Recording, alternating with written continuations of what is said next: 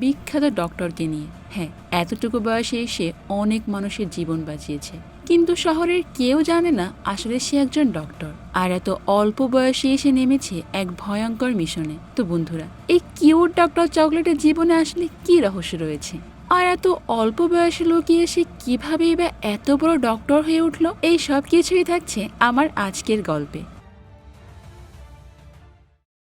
তো গল্পের শুরু হতেই আমরা ইউ নামে 10 বছরের ছোট্ট একটা বাচ্চা মেয়েকে দেখতে পাই। সে প্লেনের ভিতরে বসে কোরিয়ান ড্রামা দেখছে। কিছুক্ষণ পরে হঠাৎ করে খারাপ আবহাওয়ার কারণে প্লেনের ভিতরের অবস্থা বেশ খারাপ হয়ে যায়, আর সেই সঙ্গে প্লেনের মেইন পাইলট প্যানিক অ্যাটাক হয়ে অজ্ঞান হয়ে পড়ে। এটা দেখে কেবিন ক্রু প্লেনের ভেতরে যাত্রীদেরকে উদ্দেশ্য করে বলে, আপনাদের মধ্যে কি কেউ ডক্টর আছেন? আমাদের পাইলট ভীষণ অসুস্থ হয়ে পড়েছেন। আর এরকম অ্যানাউন্সমেন্ট শুনে ইউ তার পাশের লোকটিকে দেখিয়ে বলে যে ইনি একজন ডক্টর। এটা শুনে কেবিন ক্রু মেয়েটা অনেক খুশি হয়ে যায়, আর ইউ এর পাশে থাকা লোকটাকে নিয়ে ককপিটে চলে আসে। তার কিছুক্ষণ পরেই বাচ্চা মেয়েটা অর্থাৎ ইউ তার হাতে একটা লাল সার্জিক্যাল টুল বক্স নিয়ে প্লেনের ককপিটের মধ্যে এগোতে থাকে। অর্থাৎ ওই লোকটা নয়, বরং ইউ নিজেই হলো মেইন ডক্টর। আর ওই যে লোকটাকে সে আগে ককপিটে পাঠিয়েছে সে হলো তার অ্যাসিস্ট্যান্ট মাত্র। তো এই পরিস্থিতি দেখে তো প্লেনের কো পাইলট একেবারে শকড হয়ে যায়। মাত্র এতটুকু বয়সের একটা বাচ্চা মেয়ে কিভাবে এত বড় সার্জন, আর এটা যেন সে কোনোভাবেই মেনে নিতে পারছে না। ইউ তখন সবাইকে এত অবাক হতে দেখে বলে যে এজ ইজ জাস্ট নাম্বার, আর আমি ছোট বাচ্চা বলে এটা ভাববেন না যে আমি ডাক্তার এটা পারি না। তো এরপর সে দ্রুতই অজ্ঞান হওয়া পাইলটটাকে পরীক্ষা নিরীক্ষা করে বের করে যে তার শ্বাসনালীতে একটা ব্লকেজ তৈরি হয়েছে। তাই সে ওই পাইলটের গলায় একটা ছিদ্র করে আর সেখানে ব্রিদিং টিউব লাগিয়ে দেয়, আর এতে করে এই পাইলটটা এবারের মতো প্রাণে বেঁচে যায়। ইউ এর এমন সাহসী কাজ দেখে তো প্লেনের সবাই অনেক খুশি হয়ে যায়। তো এরপর প্লেন থেকে নেমে যাওয়ার আগে ইউ প্লেনের ভিতরে কিছু চকলেট দেখতে পায়, আর তার কাজের ছোট্ট পুরস্কার হিসেবে শুধুমাত্র ওই চকলেটগুলোই চায়। আর এখানেই আমরা বুঝতে পারি যে ইউই কোনো সাধারণ বাচ্চা নয়, সে একজন দক্ষ মেডিকেল জ্ঞান সম্পন্নই মেয়ে, আর সেই হলো আমাদের মিস চকলেট ডক্টর। তো এবার চলুন এই লিটল চকলেট ডক্টরের সম্পর্কে আর একটু জেনে আসা যাক। ইউ তার মেন্টর টেড শোর সঙ্গে একটা সিক্রেট মিশনে আছে। তাদের মূল উদ্দেশ্য হলো ইউ এর বাবা মায়ের মৃত্যুর পিছনের আসল রহস্য খুঁজে বের করা। ইউ এর বাবার নাম ছিল কুজি। ইউ এর বাবা কুজি ছিলেন একজন বিখ্যাত হার্ট সার্জন, যার কারণে তাকে সবাই এক নামেই চিনত। কিন্তু দুর্ভাগ্যবশত একটা ঘটনার কারণে ইউ এর বাবা মা মারা যায়, আর এরপর থেকে ইউ আর টেড শো মিলে একসঙ্গে কাজ করে। তো যাই হোক, এই মূলত চায় না যে তার আসল পরিচয় কোনোভাবে বাইরে আসুক। আসলে বাইরের দুনিয়ার কাছে ডক্টর চকলেট একটা রহস্যের নাম, কারণ পেশেন্টরা ছাড়া আজ পর্যন্ত তাকে কেউই সরাসরি দেখেনি। তাই কাউকে চিকিৎসা করতে হলে সে সবার আগে তার সঙ্গে ডিল করে যে ডক্টর চকলেটের পরিচয়টা বাইরে কাউকে বলতে পারবে না। আর এইভাবেই ডক্টর চকলেট সবার কাছে হয়ে যায় একটা রহস্যের নাম। তো এখন আমরা যাকে দেখতে পাচ্ছি এই মেয়েটার নাম ওকাজু। সে হলো একজন জার্নালিস্ট যে ডক্টর চকলেটের আসল পরিচয়টা খোঁজার জন্য পুরো মরিয়া হয়ে আছে। সে সন্দেহ করে যে টেড শো কোনো না কোনোভাবে ডক্টর চকলেটের সঙ্গে কানেক্টেড, কারণ ওই প্লেনে সে টেড শোর কৃত্রিম একটা হাত দেখতে পায় যা চকলেট ডক্টরের সঙ্গে হুবহু মিলে যায়। মানে যারা চকলেটের কাছে ট্রিটমেন্ট নিতে আসে তারা প্রত্যেকে ওই কৃত্রিম হাতওয়ালা একটা ব্যক্তিকে দেখেছে। তো এরপর থেকে ওকোজু টেড শোর খোঁজ খবর করা শুরু করে, আর তার অ্যাড্রেস ম্যানেজ করার পর তাকে তার একটা বিজনেস কার্ডও দিয়ে আসে। তো এরপরে দৃশ্য পরিবর্তন হয়, আর আমরা দেখতে পাই একটা বুড়ো লোক দুইটা মেয়ের সঙ্গে কিছু প্রাইভেট সময় কাটাচ্ছে। কিন্তু এর কিছুক্ষণ পরেই তাকে সেখানে অজ্ঞান অবস্থায় পাওয়া যায়। এই লোকটা হলো একজন সংসদ সদস্য, আর সেই সঙ্গে একটা গণতান্ত্রিক দলের প্রভাবশালী ব্যক্তি। তো এই প্রার্থীর ছেলে তার বাবার সুনাম রক্ষা করার জন্য তাকে হাসপাতালে না নেওয়ার সিদ্ধান্ত নেয়। মানে এত গণ্যমান্য একজন ব্যক্তি তাও কিনা অবৈধ সম্পর্ক করতে গিয়ে অসুস্থ হয়ে পড়েছে, এই কথা তো আর বাইরে বলা যায় না, তাই না? এরপর সে চকলেট ডক্টরের সঙ্গে যোগাযোগ করে তার বাবার ট্রিটমেন্টের জন্য। তবে এখানে আশ্চর্যের বিষয় হলো ওই পলিটিশিয়ানের অবস্থা সম্পর্কে তেমন কিছু জিজ্ঞাসা না করেই চকলেট ডাক্তারের রিপ্রেজেন্টেটিভ মানে টেড শো ওই পলিটিশিয়ানের চিকিৎসার জন্য রাজি হয়ে যায়। তারপর টেড শো পলিটিশিয়ানের ছেলেকে কল করে 3টা জিনিস রেডি রাখতে বলে। প্রথম হলো অগ্রিম 100 মিলিয়ন ইয়েন, একটা গোপনীয় চুক্তি, এবং এই দেশের বেস্ট চকলেট। এইদিকে অস্ত্রোপচার চালানোর জন্য মানে পলিটিশিয়ানের অপারেশন করার জন্য টেড শো 6 জন সদস্যকে নিয়োগ করে, যাদেরকে অনেক সাবধানতার সঙ্গে সিলেক্ট করা হয়। তবে তাদের প্রত্যেকেরই আবার আলাদা আলাদা ব্যাকগ্রাউন্ড, মানে তারা 6 জন কেউ একই ফিল্ডের না আর কি, কিন্তু তাও তারা সবাই চিকিৎসা বিজ্ঞানে আবার বেশ দক্ষ। তো টেড শো তাদের প্রত্যেকের প্রতিটি অপারেশনের জন্য 10 মিলিয়ন ইয়ন দেওয়ার প্রতিশ্রুতি দেয়। তো এবার চলো এই 6 জন সম্পর্কে আমরা একটু জেনে আসি। প্রথম জন হলো ওনাজি, যার ইলসের প্রতি অসম্ভব ভালোবাসার জন্য ইউ তার নাম রেখেছে ওনাজি। তার নার্স হিসেবে বেশ খ্যাতি রয়েছে এবং অস্ত্রোপচারের জন্য ওনাজি বেশ দক্ষ। দ্বিতীয় জন হলো জানদাকা, সে একজন জুয়ারি, আর সেই সঙ্গে বেশ ভালো অ্যানেস্থেসিওলজিস্ট। ইউই তার নাম দেয় জান্দাকা, কারণ তার অর্থের প্রতি প্রচন্ড পরিমাণ ভালোবাসা, আর জাপানে এইসব লোকদেরকে আসলে জান্দাকাই বলা হয়। তৃতীয়জন হলো গিলবার্ট নামের এক মহিলা, যিনি আবার অ্যানিমে নির্মাতা এবং ক্লিনিক্যাল ইঞ্জিনিয়ারও। এই মহিলাকে নাম দিয়েছে গিলবার্ট, কারণ গিলবার্ট হলো তার একটা প্রিয় অ্যানিমে চরিত্রের নাম। তিনি ওই অপারেশনের জন্য প্রয়োজনীয় চিকিৎসা সরঞ্জামগুলো ডিজাইন করবে। আর চতুর্থজন হলো ওয়ারি, সে একজন কমেডিয়ান, সাথে একজন ভালো রেডিওলজিস্ট, মানে বিভিন্ন রোগ নির্ণয়ের ক্ষেত্রে রেডিওলজিস্টে সে একদম এক্সপার্ট। পঞ্চমজন হলো আশিও, সে একজন গৃহিণী, তবে বেশ ভালো একজন নার্স, যার আবার স্মৃতিশক্তিও অসাধারণ। আর শেষজন মানে ষষ্ঠজন হলো দেওগা, সে একজন ভলেন্টিয়ার টাইপের এবং মেডিকেল ল্যাব টেকনিশিয়ানও। তার কাজ হলো ইউকে নিশ্চিত করা। ষষ্ঠজন হলো দেওগা, সে একজন ভলেন্টিয়ার টাইপের এবং মেডিকেল ল্যাব টেকনিশিয়ানও। তার কাজ হলো ইউকে নিশ্চিত করা যে সমস্ত ল্যাব পরীক্ষা সঠিকভাবেই করা হচ্ছে এবং ফলাফলগুলো সব ঠিকঠাকই এসেছে। তো এরপর আমরা দেখতে পাই যে টেটসুয়া সেই বিস্ফোরণের ঘটনা সম্পর্কে একটা আর্টিকেল পড়ছে, যে বিস্ফোরণে ইউর মা বাবা মারা গিয়েছিল।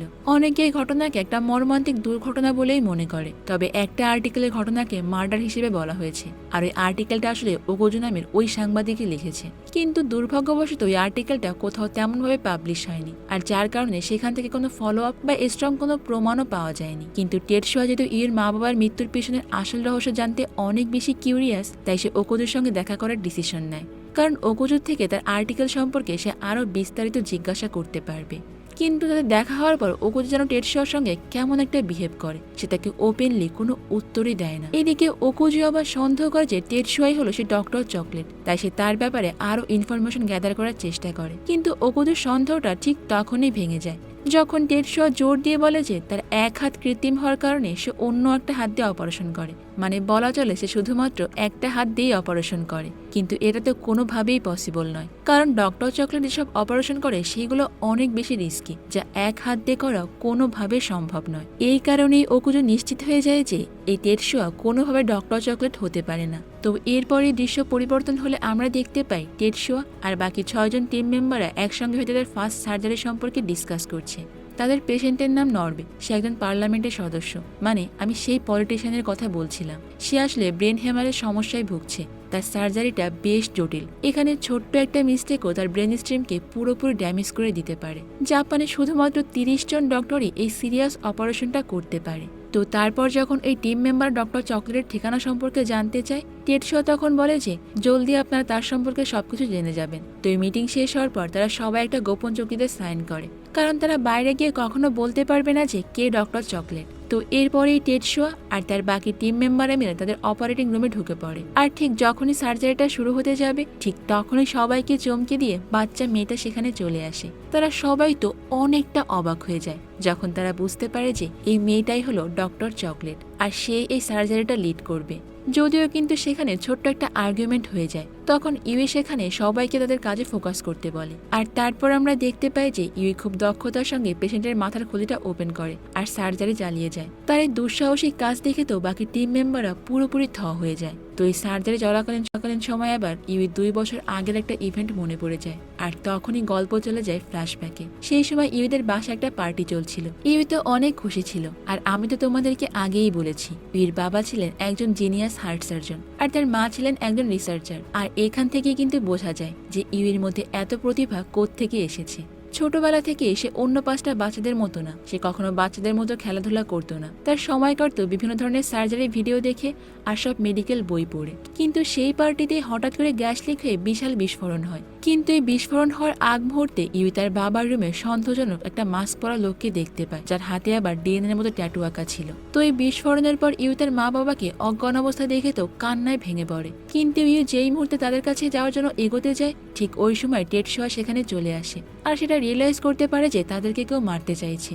তাই সে ইউইকে নিয়ে ওখান থেকে পালাতে শুরু করে। জঙ্গলের মধ্য দিয়ে পালানোর সময় ইউই খেয়াল করে যে টেটসুয়ার হাত অনেকটা অংশে পুড়ে গিয়েছে, আর ভালোভাবে চেক করার পর দেখতে পায় যে তার হাতের কোষগুলো সবই প্রায় মারা গিয়েছে। আর এই হাতের পোড়া অংশটা দ্রুতই তার বডি পার্ট থেকে আলাদা করে ফেলতে হবে, আর না হলে মরা কোষ পুরো দেহেই ছড়িয়ে যাবে। ইউই চায় না যে কোনোভাবেই এমনটা হোক, তাই সে তার কাছে থাকা সার্জিক্যাল টুলসটা ব্যবহার করে সেই সময় টেটসুয়ার হাতটা কেটে ফেলে আর তাকে এই যাত্রার মতো বাঁচিয়ে দেয়। তো এবার গল্প চলে আসে আবারও বর্তমান, আর আমরা দেখতে পাই যে সার্জারি চলাকালীন সময় টেডশোর ফোনে ওকাজমির কল আসে। সে বলে যে ওই বিস্ফোরণের পেছনে একটা পলিটিশিয়ানের হাত রয়েছে, আর এটার কারণ ছিল ইউর বাবা একটা ফার্মাসিউটিক্যাল কোম্পানি আর পলিটিশিয়ানের মধ্যে গোপন চুক্তি সম্পর্কে জেনে গিয়েছিল, আর সেটা বাইরে রিপোর্টও করতে চেয়েছিল। আর তখনই দেখা যায় যে আজকের পেশেন্টই হলো সেই পলিটিশিয়ান যাকে ইউ এখন সার্জারি করছে। এটা জানার পর তো এই পেশেন্টকে আর বাঁচানোরই চেষ্টা করে না। কিভাবে বাঁচাবে বলুন? সে তো ভাবতেই পারছে না সে তার মা বাবার খুনের অপারেশন করছে। ইউ তখন তো রাগে কান্নায় ফেটে পড়ে। সে এই অবস্থায় পেশেন্টের কাছ থেকে ডিমান্ড করতে থাকে যে তার মা বাবাকে ফিরিয়ে আনার জন্য। ঠিক তখন তো ইউ মাঝপথে ওই সার্জারিটা ছেড়েই দিতে চায় যাতে করে এই লোকটা মারা যায়, কিন্তু ঠিক তখনই তাকে দেওয়া টেডশোর উপদেশ আর তার মা বাবার দেওয়া শিক্ষা মনে পড়ে যায়। আর doctor must save life regardless of the patient's wrongdoing, মানে একজন ডক্টরের কাজই হলো পেশেন্টদের জীবন বাঁচানো, সে যতই খারাপ কাজ করুক না কেন। সেই লোকটা যখন ডক্টরের কাছে আসবে সে তার কাছে একজন পেশেন্ট বলেই বিবেচিত হবে। আর এই কথা মনে পড়তে ইউ তার সার্জারিটা চালিয়ে যায়। সার্জারি শেষ হওয়ার পর টেডশো সেই ক্লায়েন্টদেরকে 2 বছর আগে তার বাবার ঘটনার বিস্ফোরণের কথা জানায় আর ইলেকশন পার্টি লিডারশিপ থেকে তাকে উইথড্র করতে বলে। আর তারপর টেডশো প্রত্যেকটা মেম্বারকে 10 মিলিয়ন ইয়েন দিয়ে দেয়, আর ইউই আবার সবাইকে একটা করে চকলেট দেয়। এরপর কিছুক্ষণের মধ্যে ওখানে আবার পুলিশ চলে আসে আর তারা ওখান থেকে যে যার জায়গায় চলে যায়। তো এরপর দেখা যায় যে তাদের সেকেন্ড সার্জারি সফল হওয়ার পর ইউ সবাইকে চকলেট খাওয়ার জন্য ইনভাইট করে। আর এই সময় সবাই জানতে পারে যে ইউ গত 2 বছর ধরে স্কুলে যায় না। সেখানেই ওনাজি নামের একটা মেয়ে ছিল যার আবার সাইকোলজির উপরে বিশেষ জ্ঞান রয়েছে। Say your state of mind বোঝার চেষ্টা করে। ওনাজি ইউকে জিজ্ঞাসা করে যে সে নতুন বন্ধু বান্ধবের সঙ্গে আবারও স্কুলে যেতে চায় কিনা। ইউ তখন উত্তরে না বললেও তার মুখ দেখে স্পষ্টই বোঝা যায় যে তার মনে মনে স্কুলে যাওয়ার অনেক ইচ্ছা রয়েছে। ওনাজি তখন ইউকে প্রমিস করে যে সে ইউকে স্কুলে ট্রান্সফার করার জন্য প্রয়োজনীয় সব অ্যারেঞ্জমেন্টই করে দেবে। আর তারপর তো প্লেগ্রাউন্ডে গিয়ে ইউ তার ফ্রেন্ডদেরকে বলে যে সেও তাদের স্কুলে ট্রান্সফার হয়ে আসবে, মানে স্কুলে ভর্তি হওয়ার কথা জানতে পেরে ইউ তো মনে মনে অনেক খুশি হয়ে যায়। ইউ এবং টেডশোর কিন্তু যথেষ্ট পরিমাণ টাকা রয়েছে, কিন্তু এটা থাকা সত্ত্বেও তাদের পার্মানেন্ট কোনো রেসিডেন্সি নেই। তারা প্রায় সময় গাড়িতেই ঘুমায়। তো একদিন টেডশোর কাছে একটা সুন্দরী মেয়ের কল আসে। মেয়েটি জানায় যে তার রক্তনালীতে একটা টিউমার হয়েছে, আর এটাও জানায় যে প্রায় সব ডাক্তাররাই গিভ আপ করে দিয়েছে। তারা বলেছে যে তারা কিছুই করতে পারবে না। এখন ওই মেয়েটির কাছে ডক্টর চকলেটই হলো শেষ ভরসা। কিন্তু তারপর যখন ডক্টর চকলেটের কাছ থেকে ট্রিটমেন্ট নেওয়ার 3টা শর্ত সম্পর্কে জানতে পারে, মানে 100 মিলিয়ন ইয়েন ক্যাশ দিতে হবে, এটা শুনে তো মেয়েটা অনেক বেশি ঘাবড়ে যায়, কারণ তার কাছে এত টাকাই ছিল না যে সে 100 মিলিয়ন ডলার দিয়ে তার ট্রিটমেন্টটা করাবে।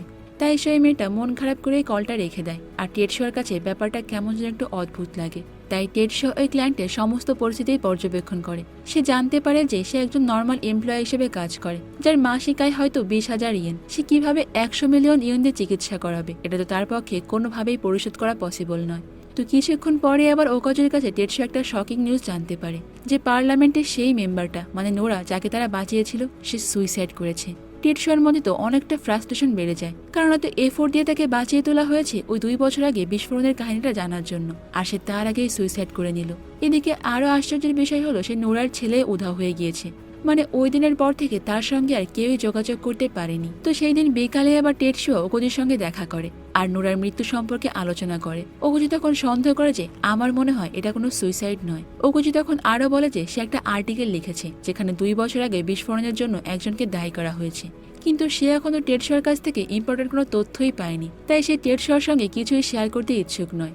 তো এরপর কোনো উপায় না পেয়ে টেডশো ওকোজির বিশ্বাস অর্জনের জন্য চকলেট ডক্টরের একটা ভিডিওই দেখিয়ে দেয় আর বলে যে এই বাচ্চা মেয়েটিই হলো সেই famous heart surgeon chocolate doctor. আর এই বিস্ফোরণের পর এই মেয়েটিকে নিখোঁজ ঘোষণা করা হয়েছিল। আর ওই ভিডিওতে সে উল্লেখ করেছিল যে ওই বাচ্চা মেয়েটা ক্রিমিনালের চেহারাটা দেখেছে, এমনকি তার সঙ্গে কথাও বলেছে। টেডশো তারপর আরো বলে যে আসলে এই বাচ্চা মেয়েটাকে আমি ক্রিমিনালের হাত থেকে বাঁচানোর জন্যই তখন সিঙ্গাপুরে নিয়ে গিয়েছিলাম। তো এত বড় একটা সিক্রেট ফাঁস করার পর টেডশো আশা করে যে ওকোজি হয়তো এইবার তাকে সেই ব্যক্তিটা সম্পর্কে বলবে, মানে সেই দ্বিতীয়জন যে ইউর বাবা মার খুনের সঙ্গে জড়িত ছিল। তো এরপর টেডশো তাকে আর একটা কাহিনী বলে।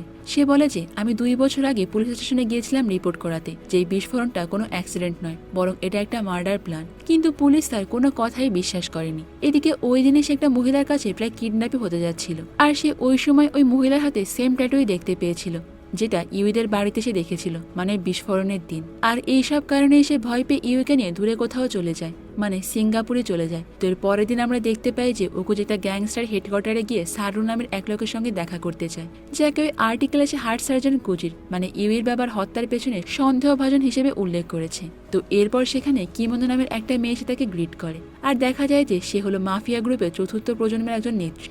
সে ওকোজির কাছে স্বীকার করে যে সারু এই কেসের একজন কালপ্রিট, কিন্তু তাদের মাফিয়া গ্রুপের সঙ্গে এখন সারুর কোনো যোগাযোগ নেই, কারণ তাদের গ্রুপে কখনোই তারা মার্ডারকে সাপোর্ট করে না। তার উপর আবার সারু তাদের লিডারকেও মারতে গিয়েছিল, এই জন্য তারা সারুর সঙ্গে সমস্ত সম্পর্কই ভেঙে দিয়েছে। তো ওকোজি তো তখন এই তথ্য নিয়ে সেখান থেকে চলে যায়, আর এরপরে তাদের ফিমেল লিডারের অসুস্থতা আরো বেড়ে যায়। মানে যে টেটসুয়াকে তার ট্রিটমেন্টের ব্যাপারে ফোন করেছিল সেই হলো তাদের ফিমেল লিডার। কিন্তু সমস্যা হলো তার কাছে তো এত টাকা নেই, আর টেটসুয়া মনে করেছিল সে একটা সাধারণ আমজনতা, সে কোনোভাবেই অপারেশনটা করতে পারবে না। কিন্তু ঠিক তখন এই ফিমেল লিডারটা অনেক বেশি অবাক হয়ে যায়। তার অ্যাসিস্ট্যান্টরা তার সামনে একটা টাকা ধারণ মেয়ে নয়, সে রীতিমতো একজন মাফিয়া গ্রুপের লিডার, আর সেখানে তার সব মাফিয়া গ্রুপের সদস্যরাও চলে এসেছে। আর তারা টেটসুয়াদেরকে হুমকি দেয় যে যদি অপারেশনটা সঠিকভাবে না হয়, মানে সাকসেসফুল না হয়, তাহলে তারা তাদেরকে কোনোভাবেই ছেড়ে দেবে না, মানে তাদের অবস্থা খারাপ করে ছাড়বে আর কি, মানে ওপেন থ্রেট দিয়ে দিল আর কি। তো এরপর ডক্টর চকলেটের সব রিকোয়ারমেন্ট ফুলফিল হওয়ার পর, মানে তার 3টা শর্ত ফুলফিল হওয়ার পর তারা অপারেশন শুরু করতে যাবে। ঠিক তখনই মাফিয়া গ্রুপের একটা মেম্বার এটা দেখে অবাক হয়ে যায় যে সার্জন টেটসিয়া নয়, বরং 10 বছর বয়সে একটা বাচ্চা মেয়ে। ওই মহিলা লিডার এটা দেখে তো অনেকটা রেগে যায়। সে কোনোভাবেই বাচ্চা মেয়েটার কাছে তার অপারেশন করাতে রাজি নয়। সে বলে যে একটা 10 বছর বয়সী বাচ্চা মেয়ে কিভাবে আবার অপারেশন করতে পারবে? আপনাদের মধ্যে কে ভালো ডক্টর আছেন, সে আমার অপারেশন করবে, এই বাচ্চা মেয়ে নয়। ইউই তখন ওই লিডারকে আশ্বাস দেয় যে আপনি ঘাবড়াবেন না, আমি যে কোনোভাবেই আপনাকে সেভ করব, আর প্রত্যেকবারের মতোই এইবারও দেখবেন অপারেশন সাকসেসফুলি হবে। আপনি শুধুমাত্র একটু রিল্যাক্স থাকেন, অপারেশন করার সময় একদম হাইপার হবেন না। তো এইদিকে আবার ওই অপারেশন চলাকালীন সময়ে বাইরে অনেক শোরগোল শুরু হয়ে যায়, এমনকি গোলাগুলিও চলতে থাকে। কিন্তু ইউই তো তখন অনেক শান্ত থাকে, আর তার টিম মেম্বারদেরকে বলে যে আপনারা কাজে ফোকাস হারায়েন না, কারণ অপারেশনের সময় ফোকাস রাখাটা অনেক বেশি ইম্পর্টেন্ট। আর এই অপারেশন থিয়েটারের মধ্যে এই সিরিজের প্রথম পার্টটি আমি শেষ করলাম। এখন দেখার বিষয় হলো আদেও কি তারা অপারেশনটা সাকসেসফুল হতে পারবে কিনা, আর বাইরে আবার কিসেরই বা মারামারি শুরু হয়েছে। তো এই সবকিছু জানতে হলে কিন্তু আমাদের পরবর্তী এপিসোডগুলো দেখতে হবে।